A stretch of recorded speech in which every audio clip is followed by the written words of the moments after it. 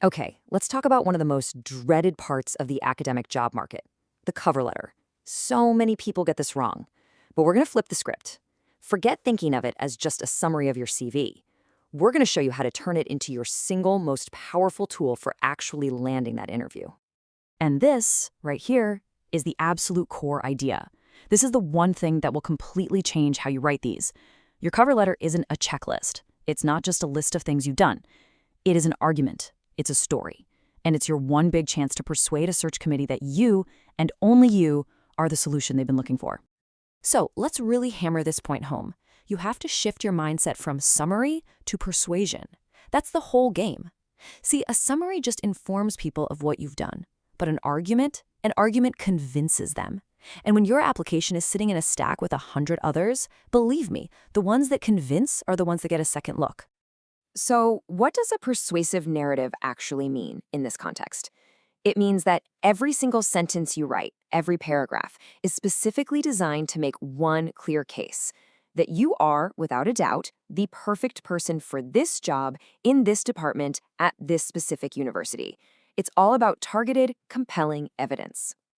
Okay, before we get into the nitty-gritty, let's cover two absolute ground rules. First, length. Keep it tight, 1.5 to 2 pages max. Anything longer just won't get read carefully. Second, and this is the golden rule you absolutely cannot break, no templates. I mean it.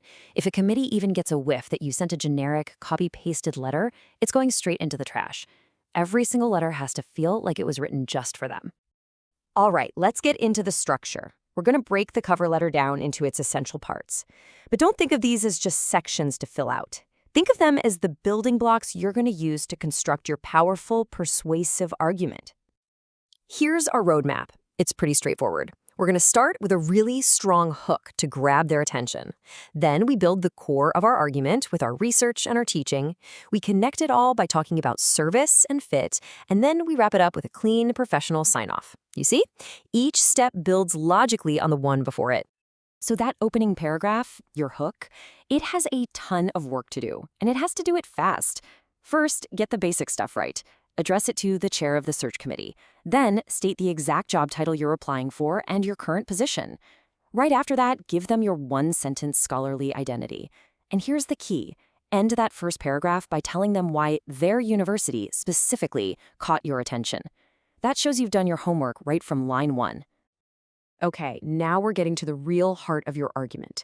This is where you bring the receipts, where you back up your claims with hard evidence. Your research paragraphs are your chance to prove you're a serious, forward-thinking scholar who's going to be a valuable colleague for years to come. Listen, don't just describe what your dissertation is about. You need to state its central argument. And then, this is so crucial, you have to answer the so what question. Why does this work matter to the field? Then you pivot to the future. You have to clearly lay out your next big project. This shows them you've got a vision that extends way beyond grad school. And why is this time frame so important? Well, think about it from their perspective. A tenure committee isn't just hiring for today. They're hiring a future colleague. They need to see a clear, believable plan for publications for the next 5 to 7 years. This proves you're not a one-trick pony. It proves you're a long-term intellectual investment for them. Having great research is fantastic, but for most jobs, it's only half the battle. Your teaching paragraphs have to show that you're a thoughtful and effective educator. You can't just list the courses you've taught. That's what your CV is for. Here, you have to actually show them your teaching philosophy in action. This is all about showing, not just telling. Talk about how you get students engaged, how you use active learning or other innovative techniques you have. But here's the real pro move. Go look at their course catalog. Name specific classes of theirs you're ready to teach on day 1. And then propose a brand new, exciting course that you think fills a gap in what they offer. That, right there, proves you've done your homework and are already thinking like a colleague. And this gets to the absolute core of tailoring your letter. You have to know your audience. The amount of space you dedicate to research versus teaching depends entirely on the type of institution. For a big R1 research university, you're going to lean heavily into your publications, your grant potential, your future research. But for a liberal arts college, you better put your teaching innovations and student mentorship right up front. It's that simple. Okay, you've built a really strong argument. The main structure is there. But now it's time for the final polish. These little finishing touches can be the difference between a pretty good letter and a truly great one. They show a level of care and professionalism that committees absolutely notice. This is what I call the fit paragraph. It's where you can briefly mention relevant service you've done, like committee work or conference organizing, but the most important job of this paragraph is to explicitly connect your own goals to the department's mission statement, which, by the way, is usually right there on their website. It's a very direct way of saying, hey, I get who you are, I know what you're about, and I belong here. Here's a super important tip. Your letter needs to be readable by everyone. The search committee isn't just going to be people from your tiny subfield. There will be faculty from all across the department.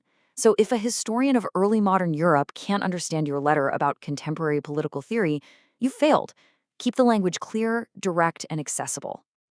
Okay, this one is completely non-negotiable. A typo is not a small mistake, it's a giant red flag. To a hiring committee, it screams lack of attention to detail, which is basically a death sentence for an academic candidate. Read your letter out loud, have 3 different friends read it, do whatever it takes to make it perfect. Name dropping can be a powerful tool, but you have to be so careful with it. Don't just list a bunch of names. You have to explain why you want to collaborate with a specific professor. Frame it as a potential connection, not a presumption. Something like, I was especially drawn to Professor Smith's work on X as it resonates with my own research on Y. See the difference? It's respectful. And finally, the ending. Keep it simple, professional, and polite. Just thank them for their time and their consideration, and then list the other documents you've enclosed. You don't need anything more fancy than that. So, if you take one thing away from all this, let it be this. Your cover letter is not a document you just write, it's an argument that you build piece by piece. So, as you get your materials together, I want you to step back and ask yourself this one simple question. What is the single, compelling story about who I am as a scholar and a teacher that this application needs to tell? Answering that question, well, that's how you get the job.